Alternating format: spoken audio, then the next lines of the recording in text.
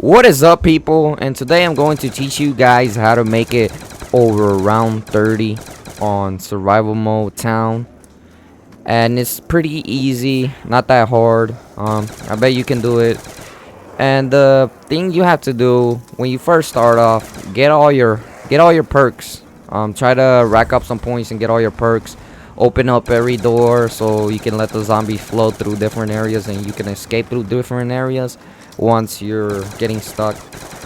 And when you make it to the higher rounds, here's the place I tend to use the most is the bar, because there's a door open where you can just circle them around, and you gotta keep watching and keep shooting them. You gotta seeing back, gotta keep seeing back to see if the zombies are coming that way or not.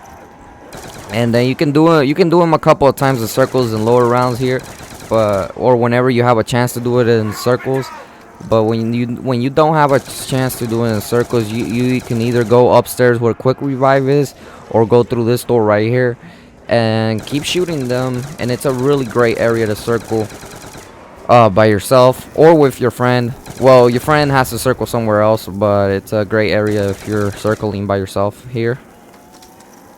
And like I said, get your juggernaut, get everything on the beginning rounds. I recommend getting the guns. I recommend is on this map is the RPD and hammer-on and the ray gun. Those are the only guns I recommend for this map. And you get all those guns and you upgrade it. You pack a punch them. Pack and punch them is real good. And like I said in past videos, throw your monkeys. If you have monkeys, throw your monkeys before you see the max ammo. And then go for it. Go for the max ammo and reload your weapons. And there you have the distraction for the zombies to go to the monkeys for a little bit, and they explode, and they do end up helping you a little bit and giving you some time to go get stuff or use a mystery box or just kill extra zombies and make them into crawlers. So like I said, you gotta have all your perks. The ones I recommend is getting quick revive, stamina up, and juggernaut, and speed cola. Those are the best ones I recommend. The reason I recommend stamina up is because it helps you maneuver faster through the map. It helps you keep going faster. It helps you get out of situations sometimes where you can't get out. To me, it just helps me a lot, and it really does help you sprint a lot. It keeps the zombies from a distance, even though it's not necessary. You can have double tap or tombstone if you wish. But tombstone will really only be necessary when you die, but it's not really necessary all the time if you have a friend and then he just keeps reviving you. But if you want to, it doesn't matter, you can get it. It's your choice. And I get some Semitex. They really do help you out sometimes. Like, let's say you have this area, you're going up and you throw some Semitex, and the zombies they just explode and turn into crawlers, and that really does help you a lot. And the ray gun pack-a-punch, it's good if you pack-a-punch the ray gun, because the ray gun's probably is the strongest weapon in here, where you can shoot a lot of zombies and just murder them. And there is a lot of nukes.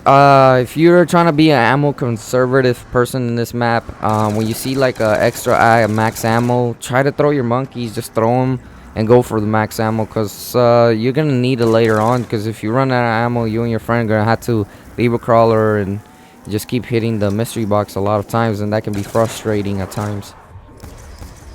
And when you're stuck, your friend can get you, but if he can't, don't try to get you. It really does get harder on higher rounds, but if you're playing solo, it is a little bit easier, I would say. As you see right here, my friend is going to get me. He does get me. I died a couple of times, but it was really getting hard for some reason. And just throw your monkeys and everything. As you see the hammer, try to tend to jump when you're jumping, when you're on fire and you're all red. Just try to stay in an area where there's no zombies, and try to stay in an area where there's no fire, because the fire, for some reason, it will really mess you up if you just go into the fire, and the fire out of nowhere, you just die for no reason. So try to avoid the fire. It's really, I know it's kind of difficulty to avoid it because it's almost everywhere, but you gotta try to jump over it in order to have less damage, but that's only when you're all in completely red and stuff. So that's what matters.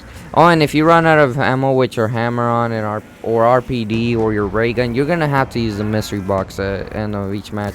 If you run out of ammo, even though they'll probably give you max ammo next round, but you're just gonna have to try to get more new weapon, and you're just gonna keep using the mystery box in order to get a new weapon.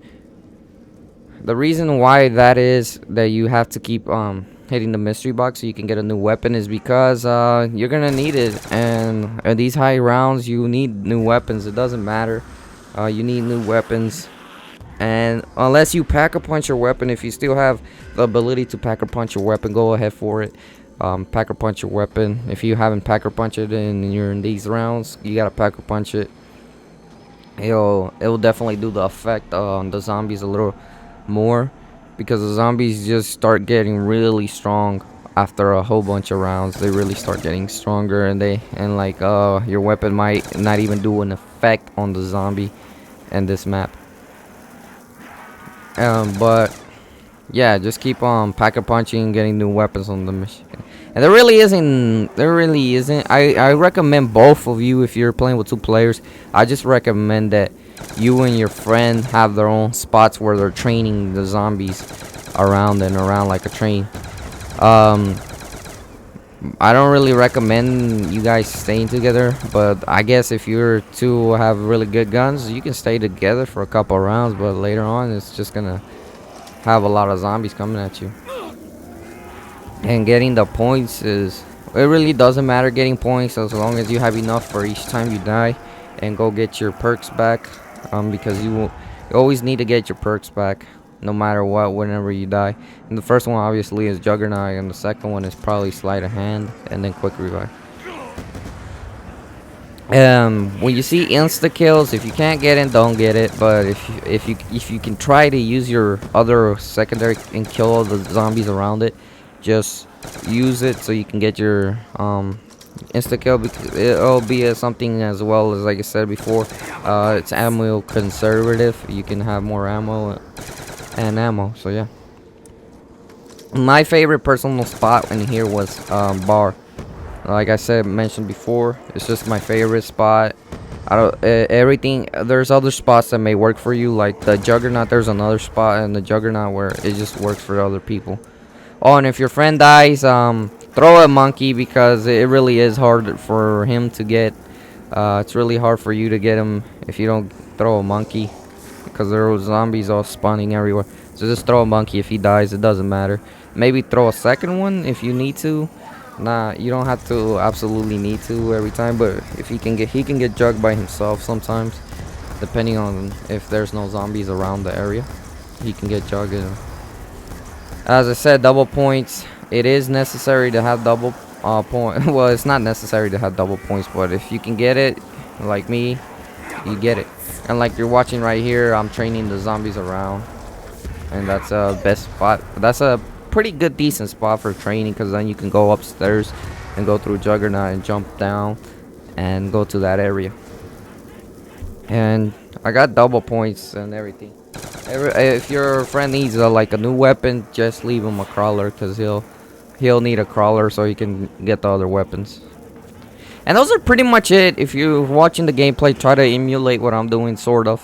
Try to emulate or do it in your own style or in your own training ways. And that's pretty much it that you need for this to survive higher rounds. You can do it all. You can survive much higher rounds. I think with this strategy that I use, I have tried to survive I have survived higher rounds than this, but I didn't record it. So this is just my strategy. Thanks for watching, guys, and let me know in the comment sections if you got any extra tips or anything. Thanks for watching, and have a nice day, guys.